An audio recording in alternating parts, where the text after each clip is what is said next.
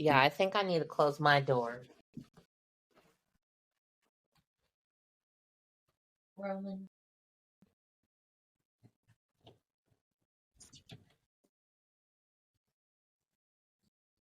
I heard my dog barking. Exactly.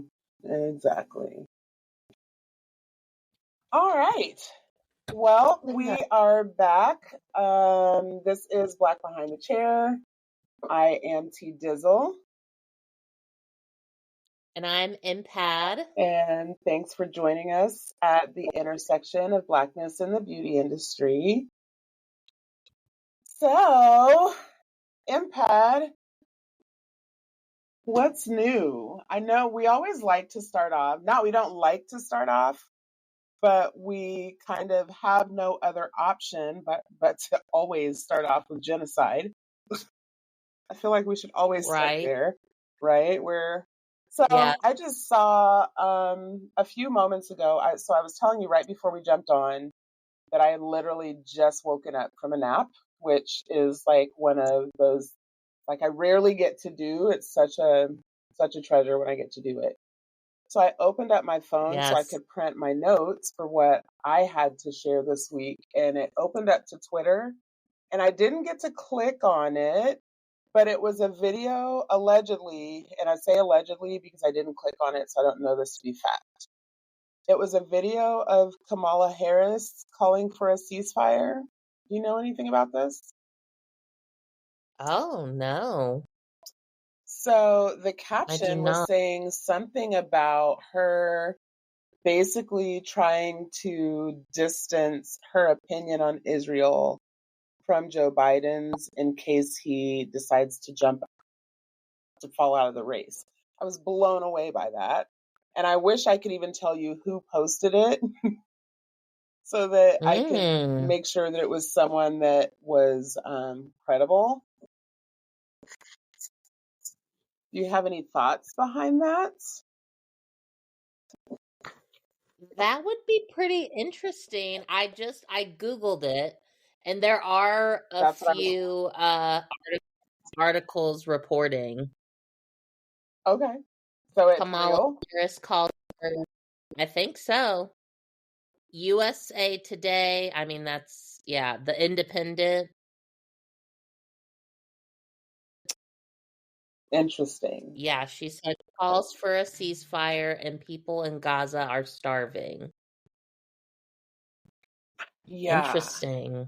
So I have never been a huge Kamala fan, namely because she's a cop, and I have a very negative opinion about cops.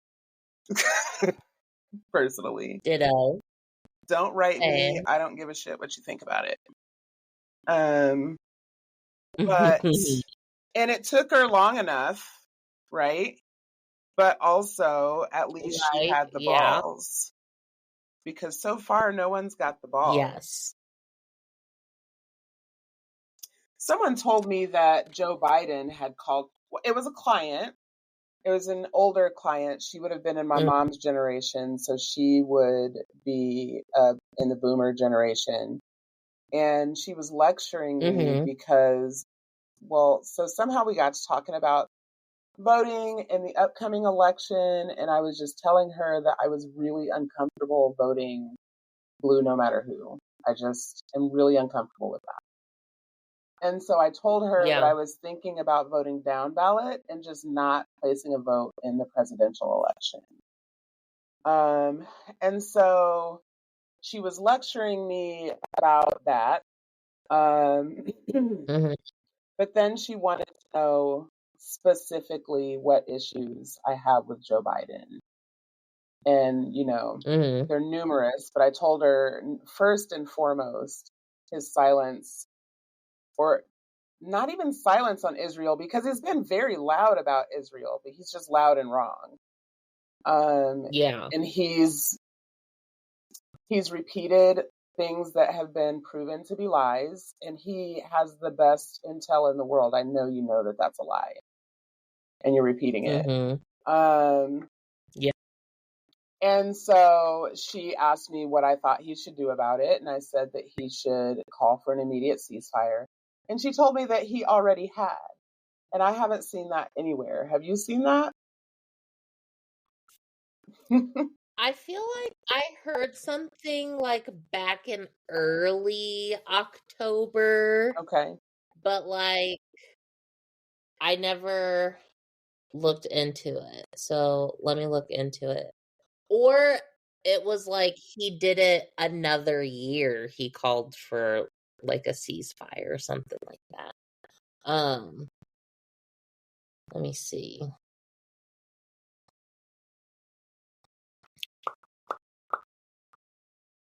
Um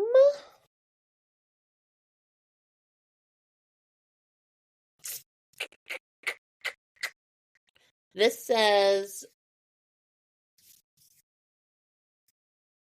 Biden hopes to see ceasefire by the start of Ramadan. BBC reported that a day ago. Okay, so that was one day ago then. This conversation I had with her was almost 2 weeks ago. So that hadn't even happened yet. Oh, okay. Yeah. Yeah. Yeah, all the things that I'm like seeing have been reported within the past like week. Okay. And then the other thing is I saw video of humanitarian aid basically being dropped by parachute from planes and, Palestinians having to basically run into the ocean to grab these packages. And Right. it's my understanding that anyone who purposely stops humanitarian aid is in violation of United States law and that we shouldn't be sending funding to them. And so I just find it funny how my tax money is still being sent to them while they're repeatedly breaking American and international laws. Yeah, And funny, like absolutely. not haha funny, obviously. Yeah, right. I've been telling people that like are the crowd, I don't want to talk politics or I don't know about it, so I just don't even like try. And it's like, well, it's been since October. So, and even before October, this isn't the first time that a war has broken out over there or bombs haven't killed innocent civilians. Um, and I was like, are you aware that like Israel has like free healthcare, and I also believe like free public education. Um and your tax dollars pays for that. You don't have that, Yeah. and It's just you're okay with infuriating. it. Is it really is? And sorry, my cat just opened my door. um I don't know what more I can do, like being one person. Yeah. Yeah. And they always say, I've heard a lot about, if you like during the Black Lives Matter movement, we often said, if you want to know what you would have done during the civil rights movement, doing it right now. And it's kind of the same thing, right? Absolutely. If you want to know what you would have done under Hitler, you're doing it right now. Mhm. And I understand what you mean because I say this all the time too, that like the bigness of this moment and just kind of feeling helpless. So I understand why people don't want to know. And also, like, Mhm. people are still going to die. Right. Yeah. And also, like, it's more than just the presidential election too, right? Like local elections are so important, Mm-hmm. and there are so many awful people that have position of power and pass stupid Mm-hmm. bills and laws Mm-hmm. that now are going to take years to undo, no Mm-hmm. matter who the president is. Absolutely. And it's just, ah, what do you what do you Absolutely. do? What do you do? Absolutely. And so I have 2 points to that. So the first is voter suppression is real. So, I moved to Yeah. Georgia it'll be 3 years ago in May. So, and I just bought a home in South Metro Atlanta. And Mhm. so there was a very small local election. I honestly can't even remember what was on the ballot.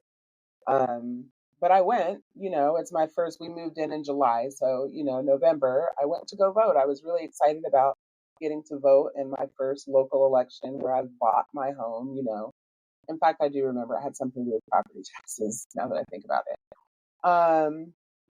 But if I had not known that there was an election happening, I would have never known that there was an election happening. I put the address in my GPS because it's a relatively small town and I don't know where anything is. So I put the address in my GPS. I'm driving to it, and when I got there, I honestly thought it had taken me to the wrong place. There were zero signs. I don't know how it is in St. Louis, but I know in Indiana and even in Fulton County, when I was still living in Fulton County, you pull up to the polling place and there's signs for days before you ever get to the place, right? Mhm. There were zero signs, zero signs. I cannot stress that enough. Um, and the place looked closed when I got there. And so I did go up and pull on the door because I just wanted to make sure. And it was open. And I went inside and there were poll workers there. They told me I was like the third Mhm. person of the day. This is at like noon. Um, so I just wonder, like, there was no purposeful spreading of a message that there was an election today. It matters to you. There's no, all of the things that I'm used to seeing for an election, there was just none of that. So I found it's in relation to the stupid laws that people pass. Because I actually spent 12 hours at the House of Representatives on last Monday Yeah, protesting. I saw that. Yeah, because they are currently in the state of Georgia trying to deregulate the beauty industry. And so basically, so that particular bill it was called Senate Bill 354, but there's another one, HB 359. So for whatever reason, they took it off um, the agenda for that. It was supposed to be on the agenda for that day. And I wonder if they removed it Mhm. because there were so many people there, because they Mm. just removed it with no explanation as to why. Um, but that would be the perfect example of a law that, if it passes, would be very difficult to undo. And Yeah. like I was explaining on Instagram or TikTok or maybe both of them, that I don't think people, and I was explaining to them, is that I don't think that people understand. I think because people are used to going to the salon and having a safe experience, that they don't understand what goes into creating that safe experience, right? Like, first of Mhm. all, can you imagine non-licensed people trying to mitigate COVID at the height of COVID when we were reopening salons, and you've had no Right. training on sanitation or disinfection or how to stop the spread of communicable diseases in your salon. Um, Right. You know, I was telling them, like, we literally have most salons, or many salons, I'm not going to say most, but many salons have the chemicals on hand to create a depilatory, like similar to Nair, right? We can Mhm. melt your hair off of your head if we mix the wrong Mhm. chemicals together. And if we leave it on long enough, your hair may never grow back. Like, I don't think Mhm. people understand the schooling that we go through. They think it's, oh, you just go. And I thought the same thing, if I'm being candid. When I went to cosmetology school, I'm like, oh, I'm just going to learn how to use a blow dryer and like curl someone's hair. It's going to be fun. I had no idea how much Mhm. math and science was involved. Um, Yeah. so yeah, so I'll actually be back at the State House again tomorrow. When I was there on Monday, it was actually to speak to the House committee. But when we go tomorrow, it's just simply an old school protest. I'm breaking out my protester Love. shoes. I haven't worn those in a long time. I love that. Yeah. Yeah, with everything going on, I think I'm like, yeah, I probably should get back out in the streets and just like let my voice be heard. Hmm. Um, yeah, because there's just a lot going on, you know? Yeah. What do you have for me over there? Let's see. With bouncing back to Palestine, I do want to mention the young Air Force man that um self how do you say it? Um Annihilated? Immolated, something like Immolate? that. Aaron Bushnell. Are you talking Yes, about the Aaron young man Bushnell. who, yeah, set himself on fire at the Israel Yes, embassy? yes. And they say And that he was screaming "Free Palestine." mm-hmm. Yeah, that were his last three words. Um, wow. Yeah. And this, Like, and I saw too that he posted to Facebook um, something along the lines of, similar to what I said earlier, if you ever wondered what you'd be doing during genocide, you're doing it right now. Free Palestine. And then he went and set himself on mm-hmm, fire. mm-hmm. Yeah. Yeah, And my it's understanding is that there were actually two of those this week. And again, I don't watch the news anymore, mm-hmm. but I'm told that the news has not been very, um, number one, they didn't spend a lot of time on it. And number two, that they haven't been very clear about his messaging, even though he was very clear about his messaging. Yeah,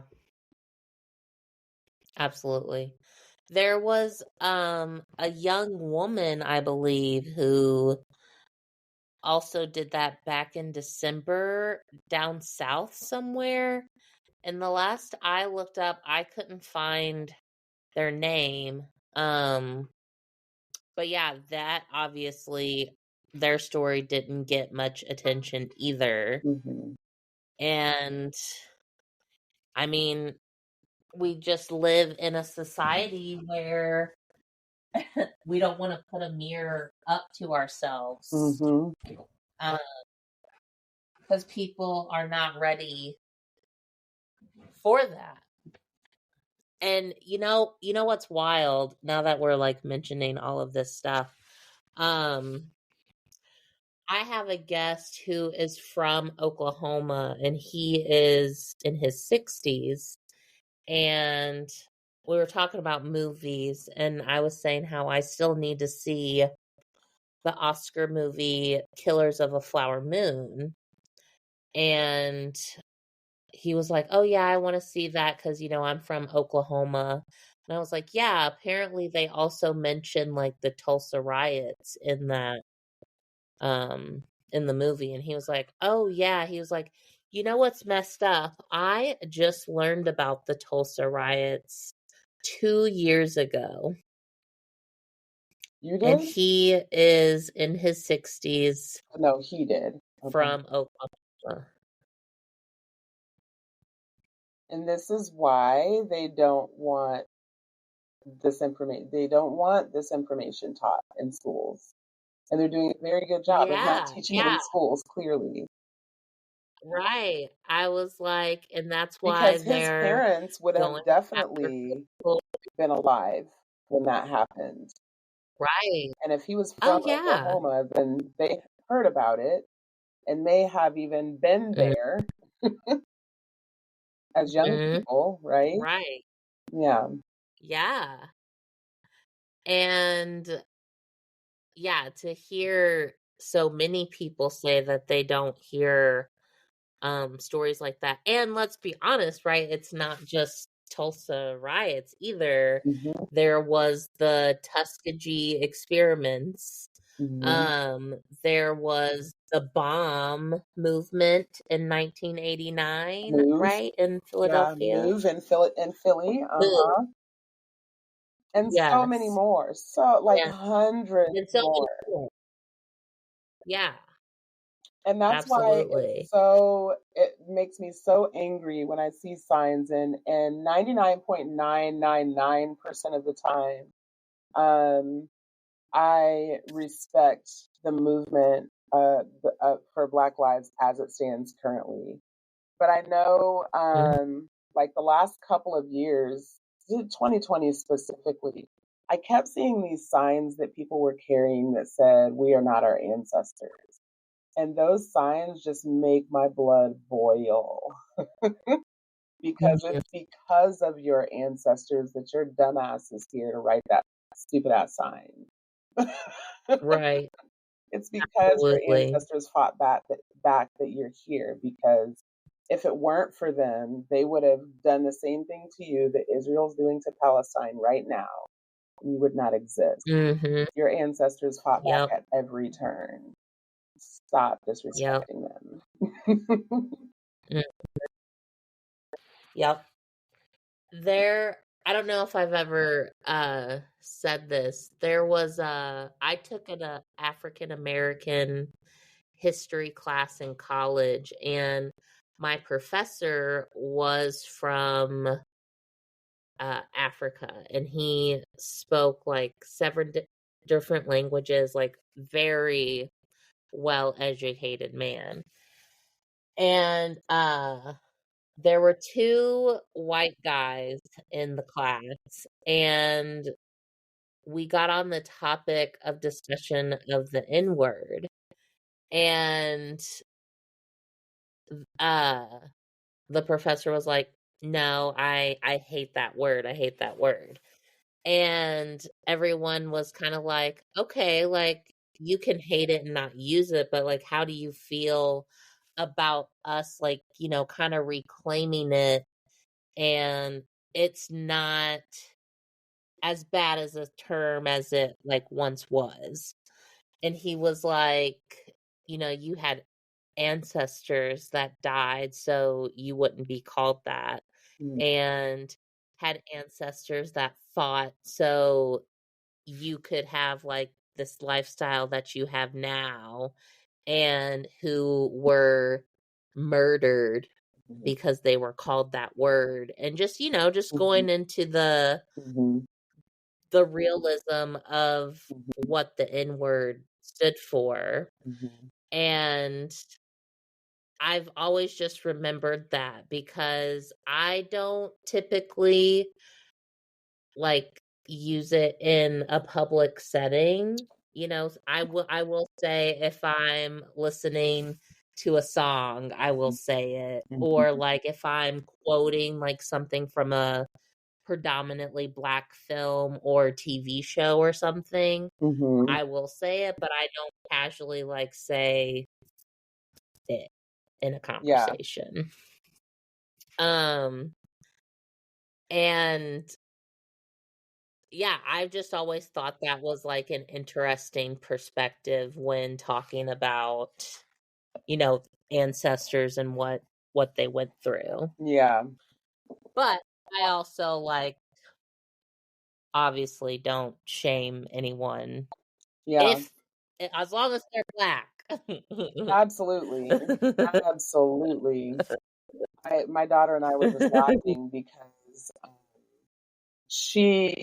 So when she was a teenager, she had one of her very close friends was white. My daughter is Mm-hmm. black. She identifies as black, but she does have a grandmother who is white on her father's side. So she's very fair skinned.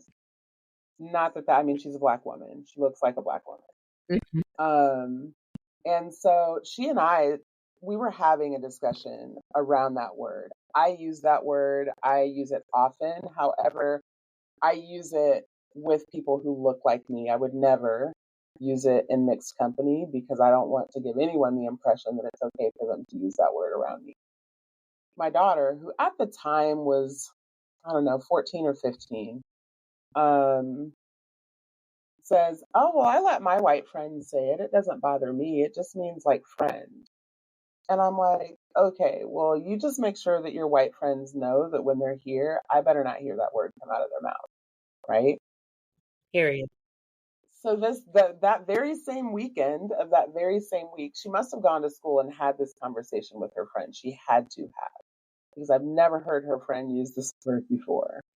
But she comes to our house to stay the night, and it's like she has Tourette's. She cannot stop saying it. And so I had asked her once not to say the word, and she said, okay. So then the second time, I very firmly told her, I don't want to hear that word come out of your mouth again. And this is a child, so I'm trying to be whatever, right? This heifer Right. had the audacity to say it again in my presence, like I hadn't already said 2 times before. It's midnight. I made her pack her shit up and walk home in the middle of the night. I didn't call her Period. mom. Love Um, it. and I'm not proud of that because I would have been upset if my daughter had walked home alone. Now, mind you, we lived on the same street, but still, it was not, still, it's not safe for a young girl to be walking down the street alone in the middle of the night, even if you live in a safe neighborhood, blah, blah, blah. But I was so pissed. Sure. I wanted to fight this little girl. But I found it interesting that her mom never called me to find out why I sent her daughter home in the middle of the night. Didn't give her a right, I just never heard anything else about it. Never saw the little girl again. Mm-hmm. My daughter understands now how ridiculous she was being, and we chalk it up to just being young and dumb. Because what? Mm-hmm. Like what? Right. No, ma'am. Right. No, ma'am. Unacceptable. Yeah. Yeah. It's Yeah, there's been some situations like I remember when I graduated high school and my two cousins from my dad's side came out to like celebrate and stuff. And their names are LaQuasia and Shaquille. Mm-hmm. And Shaquille is probably like your skin color. Mm-hmm. And then Quasia is very dark. She's Okay. dark. Mm-hmm. And we went to one of my friends' graduations, and this woman pulls up with her man. Of course we all get like looks because everyone's like, who the hell are these black people? They're like, we know Mariah, but like, who are y'all? Mm-hmm. um so we're all chilling. Everything's good. Well, then a motorcycle pulls up with a couple, older man and a woman, and it's me, and my cousin sitting at the table, and this woman, and she's like, "Oh, look, that's nigger," and she stops and she looks at us, and we were just kind of like, "That's who?" And then some man like shouted like, "Oh, that's nigger butt Pam." And Wow. yeah, we were just kind of like, what the fuck? Wow. And I forgot who asked. I don't know if it was me. I don't know if it was my cousin or who it was, but we were just kind of like, why do you guys call her that? And they were like, oh, because she has a big ass. Wow. Yeah. And I was just like, ugh. Wow. So check this out. I'm curious as to how you would have handled this. We've talked before about some of the off the wall shit that clients say when we're standing behind the Yeah. chair. Mm-hmm. So I have this client, she's an older white woman. Um, and we've always had really good conversations about nothing in particular, right? Just life. Like we definitely have never talked about politics before. And I shared with you that I'm at a stage of my career where I just don't want to talk about it with my white clients because all they're going to do is piss me off and get my blood pressure up. Mm-hmm. And like, I'm not going to change their mind. I just don't want to talk about it with them. So I don't. So she and I have had, but we've had Mm-hmm. lots of good conversations, just not about anything that could be construed to be political. So you Yeah. know that my daughter is doing an apprenticeship with me now in the salon, and so I was doing her hair, and I've been introducing her to all of my clients because, of course, I talk about my kids all the time. So I'm like, this is my daughter, yada yada. She's like, nice to meet you. Yeah. You're so beautiful, which every client says to her. And then she looks at my daughter and she goes, why are you so light? What? What? And so I could see, I always say I'm not the voice of reason, and that's true most times. But in the salon, again, I'm just in a space where I just don't want to have certain conversations. I've had them, I don't want to anymore. Um, Yeah. my daughter she is 27 and she's not extremely outspoken. She's very outspoken. And I worked really hard during her entire childhood to encourage her to speak what's on her mind and like try not to smother that out of her, right? I love that she has an opinion. She's not afraid of her opinion, whatever. I love that about her. Right. When the Yeah. woman looks at her and says, why are you so light? I saw like on her face what she wanted to say. And then she literally Mm-hmm. sucked her lips into her mouth. She- because she's trying to understand what it means to be a professional in this moment. So Yeah. before I tell you what I said, how Mm-hmm. would you have handled that? I think I would just probably have been like, well, we come in all shades. Like there's no one set like what a black person looks, acts, should be, Yeah. right? Like we're all our own individuals. And I have a few white clients that, try to educate themselves a little bit Hmm. because I am very outspoken. I mean, you can see on pretty much all on my social media Hmm. pages, Hmm. I am very outspoken on a lot of things. Hmm. And um, a few of them have been like, wow, I watched a documentary or I watched a movie and colorism gets brought up quite a bit. And it's like, yeah. And you know what? That's from the white community and like goes back to, a house Negro versus a field Negro. And it's just like how is it not clicking Yeah. that everything always leads back to like white supremacy? Yeah. And like clearly to your guest, like did you not know that, people were I, intermingling? Like that's a thing. Yeah. Like different races hook up with other races. Yeah. It's legal I was so now. I was so blown. I didn't even know what to say. So I just was like, well, her dad's biracial. And come on, I'll get you cashed out now. And we walked away. And so afterwards, I came back to my daughter and I'm like, what the fuck? First of all, I'm sorry. Yeah.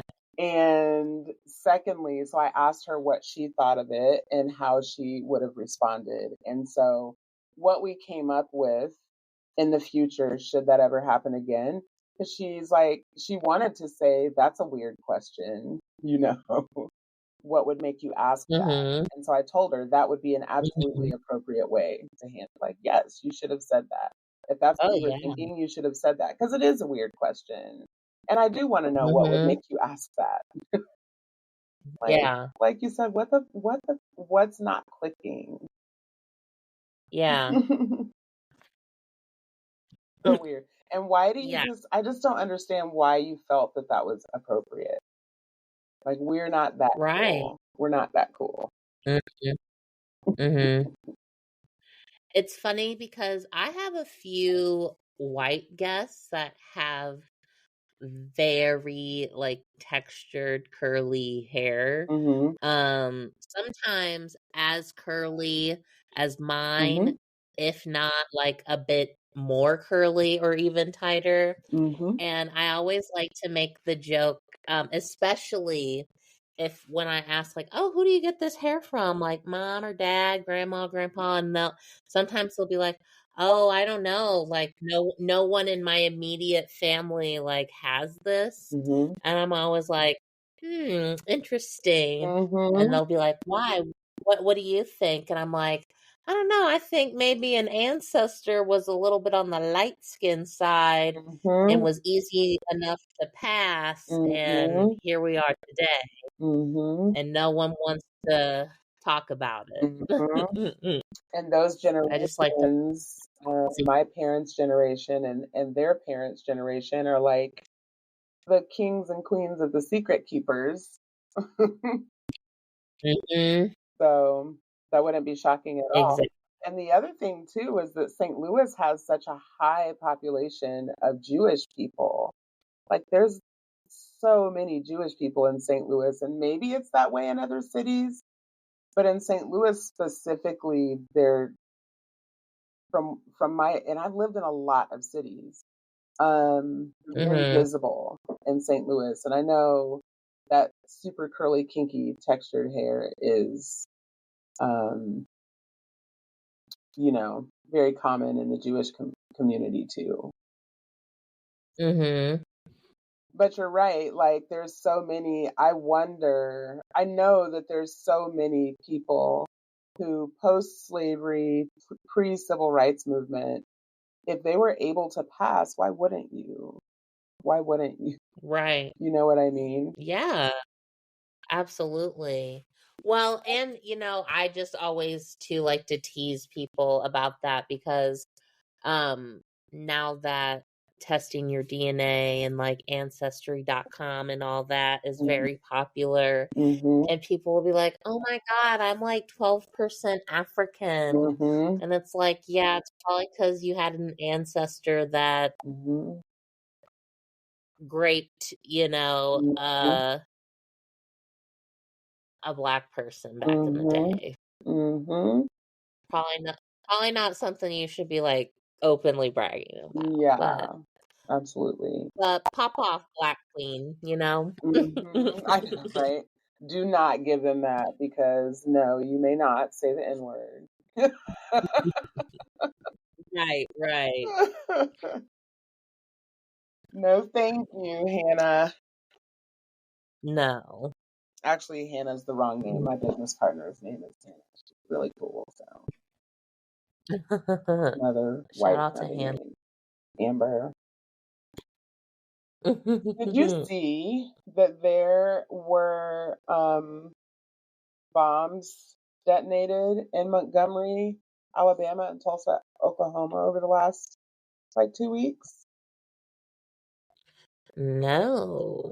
They were both at, where were they? Um, I just found it interesting because again, I'm not watching the news, but I just haven't seen much of it in my feed. And so I'm just curious why it's not being talked about. Because one of them I want to Mm-hmm. say, let's see, I'm Googling here. I should have done this before we got on the phone, but I was napping. Explosive detonated outside Alabama Attorney General's office, right? Don't you think that should be big news? Yes, absolutely. Well, what was it a few years ago? It was also down south, and there was a bombing, like right downtown, and I think I saw it on one news like media app, and then it was gone. And I don't even know what And you're then talking about. So, it it was what I'll have to look it up because I can't remember like specific because there's so many apparently attacks that happen that we just don't know about. mm-hmm.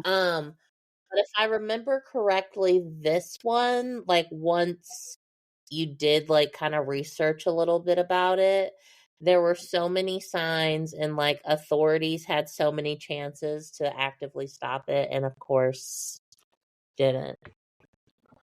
Uh I think it was Tennessee. Wow. Oh, are you talking about the one Was that it? happened on Christmas Day? I think so, That was yeah. like in I was just 2020. about Yeah, and that did just kind of disappear really quickly now that you mention it. Yeah, I think it was on mhm. Christmas Day. It was like a guy, it was like a truck or a camper or something. Yes, yes, it was a camper. Yes, Interesting. the Nashville bombing. Interesting. Okay, and so that, Well, go ahead, I'm sorry.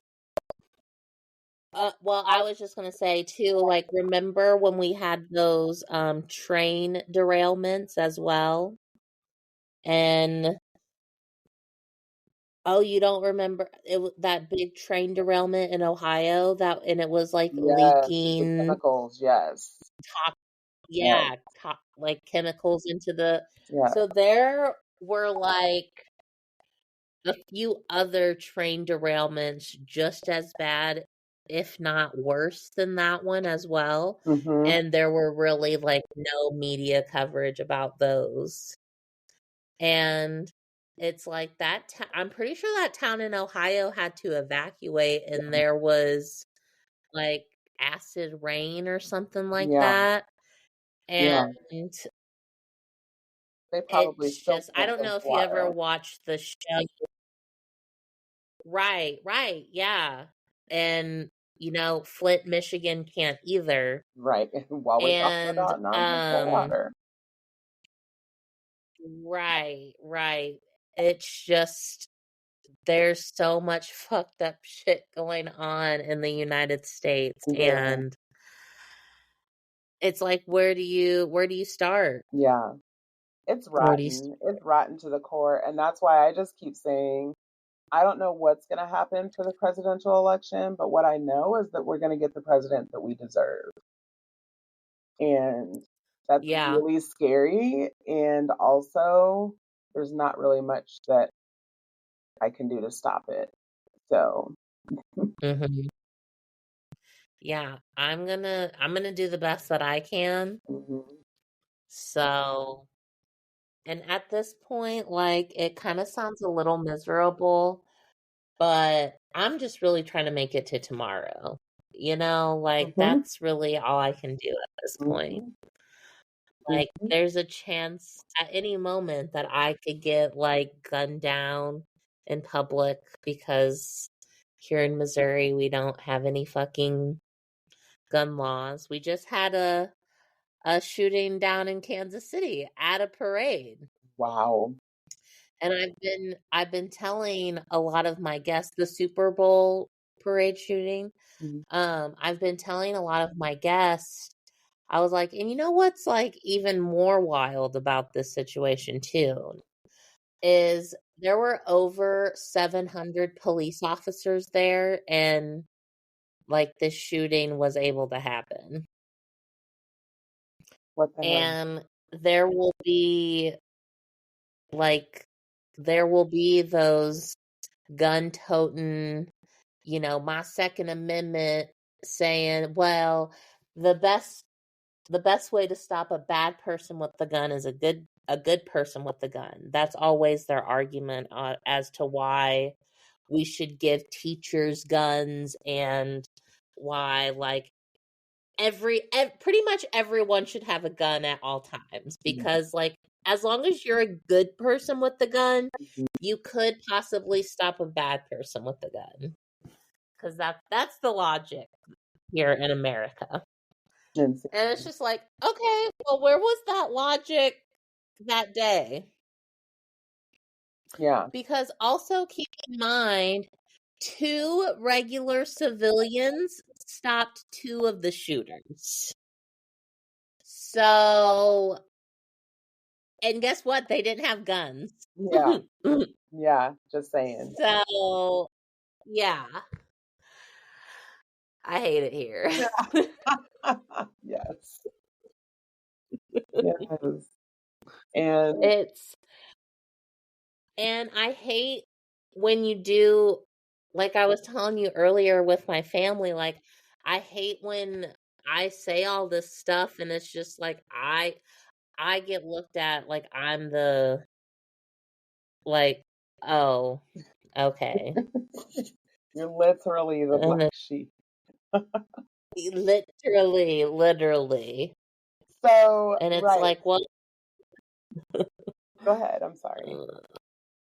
No. I was like, it's like, well, if you don't know by now, you know where I stand on a lot of things. So, I'm sorry, if you can't, back your shit up to me, it's probably not a good idea to, come at me like that.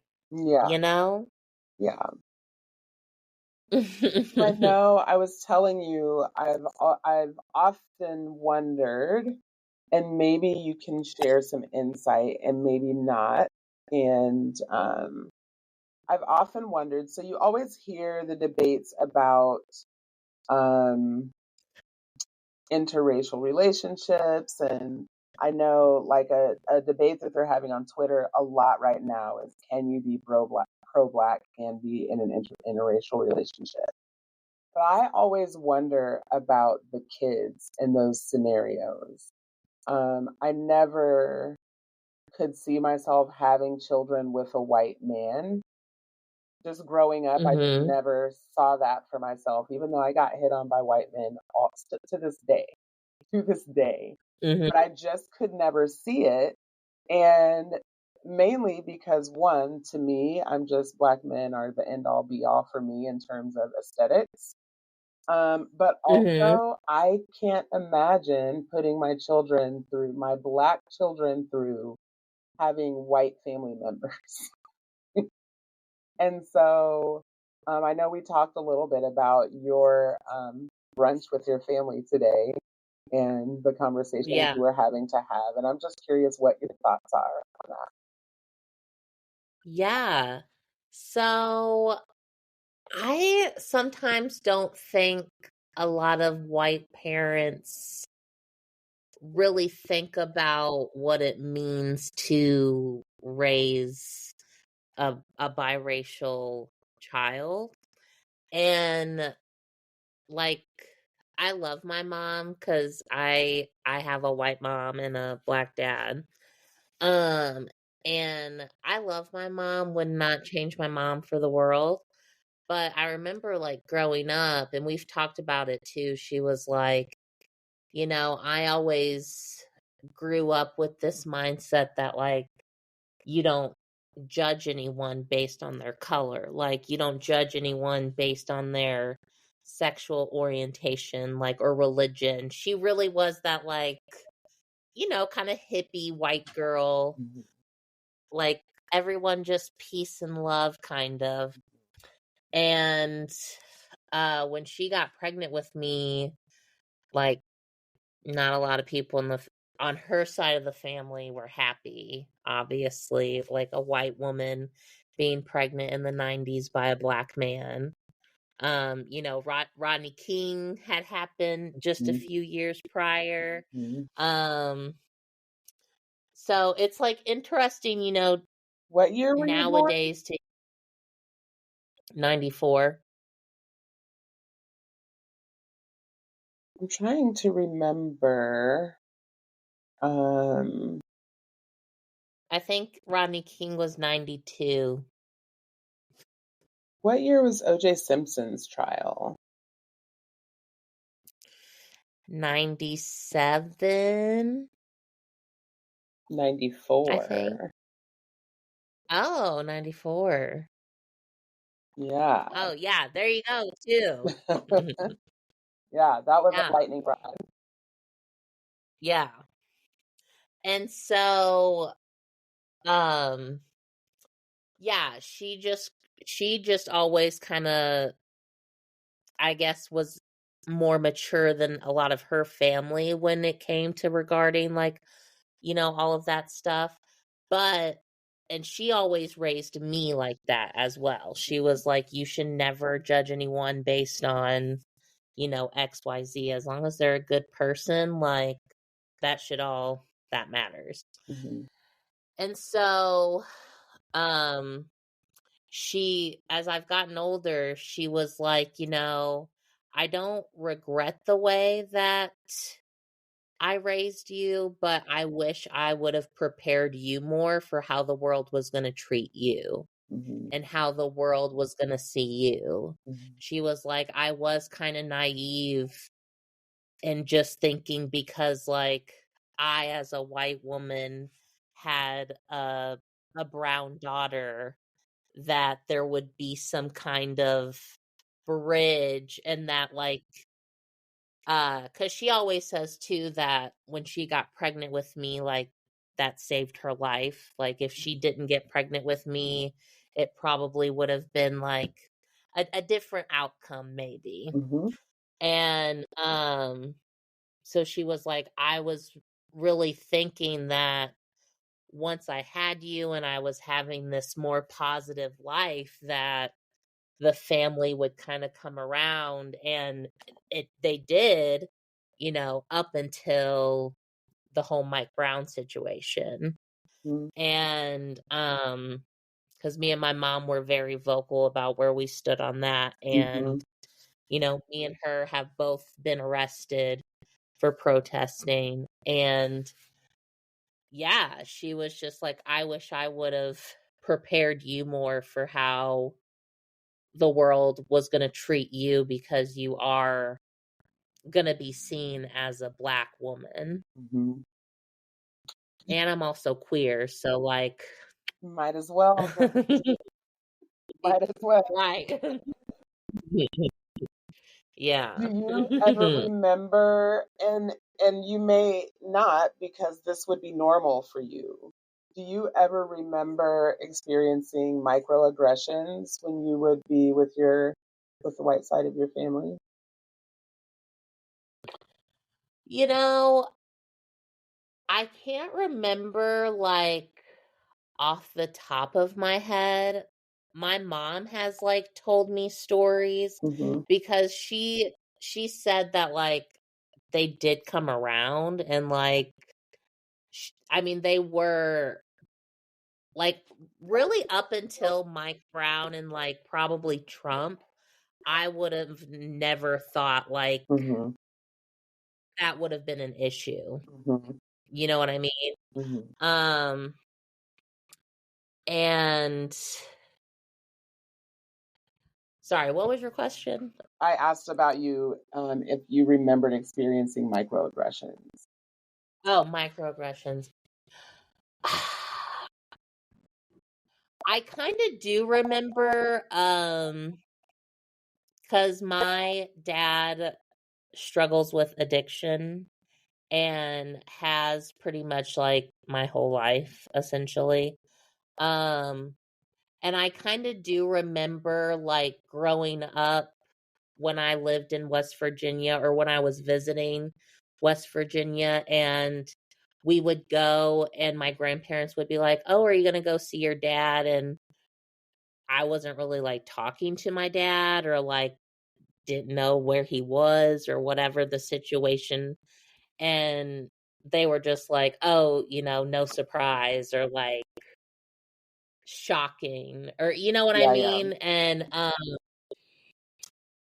yeah, and so I as I've gotten older, I was like, oh, there were like little signs Hmm. there, and I just didn't pick up on it. Yeah. Yeah.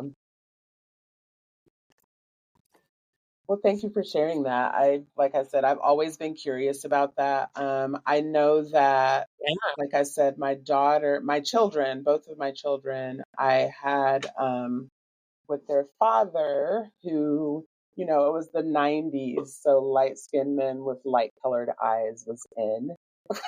Mhm. So that's their dad. He's biracial. His mom is white. His dad is Puerto Rican. We've talked about this before. He's dark skinned Puerto Rican. And Mhm. my daughter was just sharing with me that her grandmother, who is white, freely uses the N word. Now, she never did that around me. Mhm. And so, well, used, I should say used, in past tense, because um, my daughter said that her and my son just had to get her together. Like, girl, just because you like black dick does not mean that you are black. So pull it Right. together. Pull it Yeah. together. Mhm. Yeah. Well, and it's funny because I've seen plenty of like videos or like read articles of actual white people that, got adopted into black people or black families, Mhm. or was raised by black families, and they don't say the N word. Yeah. Yeah. I do find it interesting, the contrast when you see black children who are raised in white families versus the opposite, in terms of Mhm. being culturally knowledgeable. Um, I do find that. I mean, I guess it's not that interesting, right? Of course, like society kind of demands Mhm.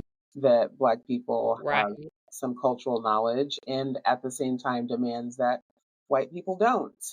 In Mhm. order for this system to continue to function, white people can't know the truth, Mhm. which is why Right. that almost 70-year-old man raised in Oklahoma had never heard of Tulsa. Ding, ding, ding. Crazy. What else you got for me over Yeah. there? Let me see. Oh, I wanted to kind of talk about I don't know if down in Atlanta if Ozempic is a hot topic, or like everyone's doing it down there. No, it's a thing. But yeah, and I forget, I'll have to look up and we can tag them later, but there was a page on Instagram that shared or had an article about like Ozempic and whiteness, and Mhm. is thin culture coming back, because I believe a lot of the Kardashians are like, taking out their BBLs and like Mhm. all their fillers and stuff. Mhm. So, and going on these extreme diets and doing all these exercises. Mhm. And so I was looking up um because Ozempic's main purpose is for people with like diabetes, Mhm. I found out. Mhm. And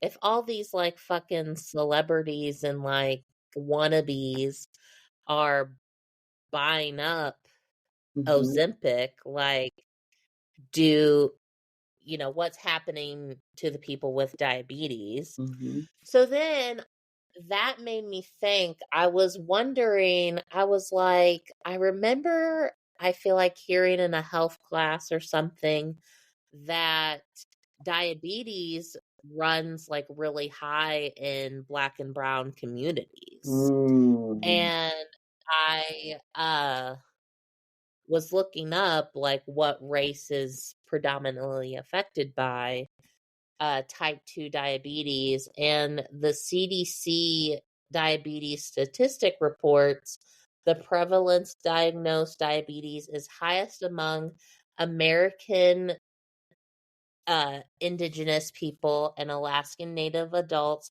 followed by non-Hispanic Black adults, adults of Hispanic origin, non-Hispanic Asian adults, and non-Hispanic white adults. So white people are like the least affected Of course. of diabetes. Of course. And I don't know about you, but I feel like all I've seen the face of Ozempic is white people. Mm-hmm. I have And several I clients did. who are taking it, and they are all white women. Yeah. And like a lot of the women that are taking it aren't even like overweight. Mm-hmm. Or like, honestly, not to, shame anyone, but probably could lose like a few pounds naturally if they actually just tried. Mm-hmm. Mm-hmm. And I'm guilty of it too. I wish I could take a pill and lose like 50 pounds. Who wouldn't, right? But like realistically, Yeah. I feel like realistically, we got to know that's not healthy. Yeah. Like, it's not natural for you to take a pill and like lose 20 pounds in 2 days. Yeah. And you barely got off the toilet. Yeah. And people want to be like, oh, well, that's just like, toxicity and stuff. And it's like, no, there are other ways to like release toxicity out of your body. And it's not that. Yeah. Yeah. And there's definitely been shortages. So I have a client who is she's a doctor, and I don't remember the name of her specialty, but I know that she specializes in dealing with people who are obese. And so this was just a few months ago when she was sitting in my chair, and she got the news that so it's Ozempic, but it's under another name, but it's just Ozempic. It's the same drug. They just call it a different name, and it was approved for weight loss. And so we talked about obesity and how obesity is an actual disease. And so that there are people who can't diet and exercise their way to losing weight because that's not how obesity works. So for people who are genuinely obese and have tried other methods, and I mean, I guess it's not any worse than like having, the surgery, the lap band surgery or whatever that people have. But it's just this weird culture of thinking that we can just pop a pill and everything's going to be okay. Right. So that, and then like you said, then we're taking these medications away. It's the same thing with Adderall. I forget people use Adderall for losing weight as well. And so there's been a shortage on that. And then if you remember in 2020, there was the shortage on hydroxychloroquine, which is actually a medication that I take for an autoimmune condition. And there was a shortage on that because Trump said that it prevented COVID or cured COVID or something, whatever he was saying regards that. Oh. And autoimmune disease also disproportionately affects Black and brown people. So, yeah, I mean, yeah, all of those long-winded words to say that I agree with everything that you just said. Oh, yeah, absolutely.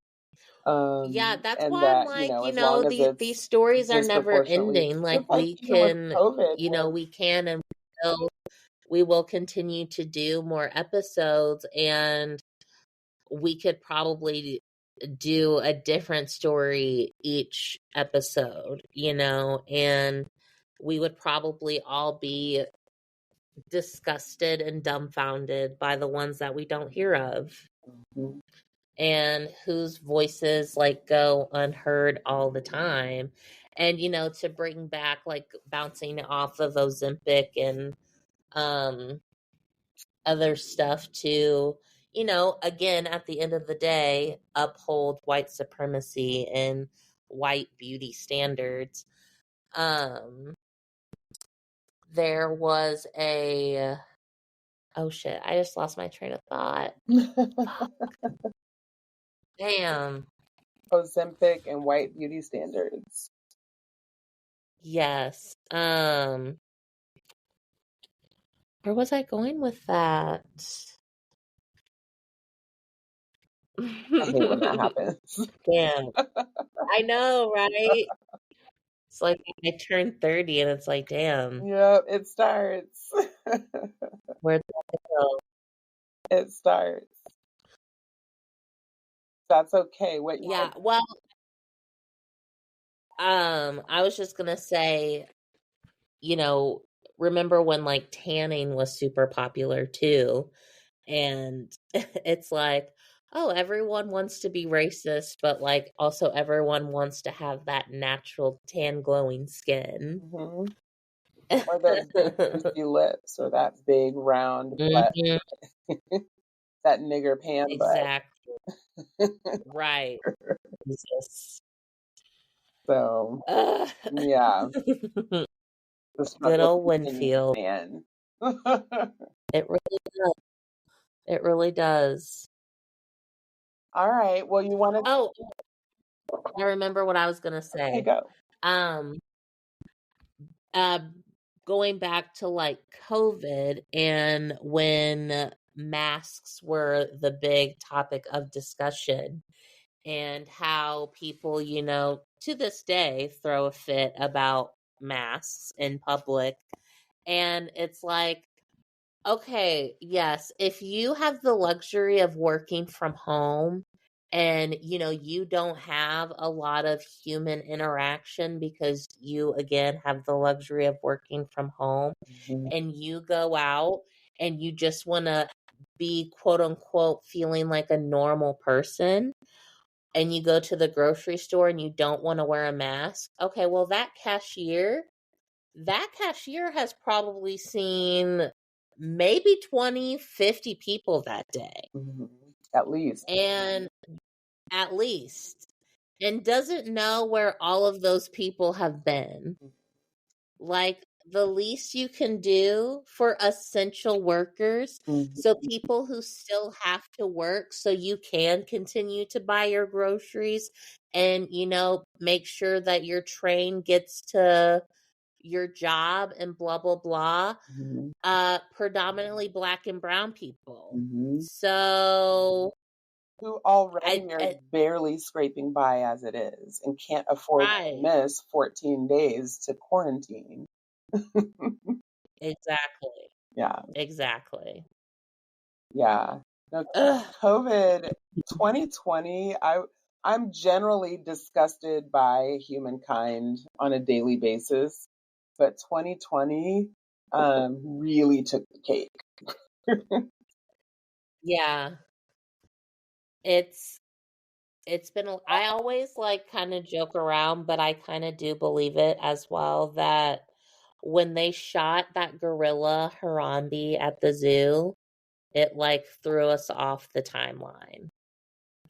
Like, we were on Yeah. a good positive timeline, Yeah. and Because that then was crazy. That that was happened crazy. and it just threw us off. Because Yeah. if I think correctly, both like Harambe and Trump presidency happened in the same year, and it was just a lot. And if you think about it, like, I know things have always kind of been fucked up, Mhm. but like nothing's really ever been the same since that day. You're right. No, you're right. You're totally right. I was kind of thinking that happened too. Like, what was the reason? Well, so a kid fell into the I enclosure remember. and they just killed Harambe, I guess, because they thought Harambe was going to kill the kid. But like all the videos, Harambe did not harm the child at all. So I don't know. Yeah. And it was the police that shot him, correct? I do not remember. I thought it was the police that shot him, which then, But honestly, it would not surprise me. yeah, we'll have to come back. Well, and I was just gonna say, like, that just, again, proves this obsession that America has with guns. Like, we couldn't get like an animal specialist. You're telling me none of those zookeepers like grew up with Harambe or raised Harambe or was like Harambe's special caretaker or anything? Like, that was the first response, was to shoot the gorilla And we've definitely in seen front of the kid. yeah. And we've definitely seen multiple instances of children falling into gorilla cages. That wasn't the first time. Right. Where the children have survived as well as the animals. So I feel like you just felt like shooting an animal that day. Trauma.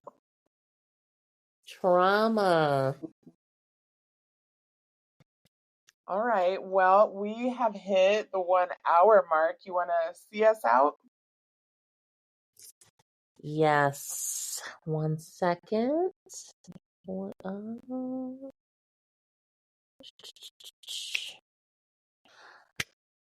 That was a great episode. Yes. But the movement marches on. Black Behind the Chair isn't just a show, it's a statement. We're IMPAD and challenging you to be your most authentic, unfiltered self, both in the salon and beyond. Keep shaking the table and breaking the mold. Until the next time. Cheers. Cheers. There it goes.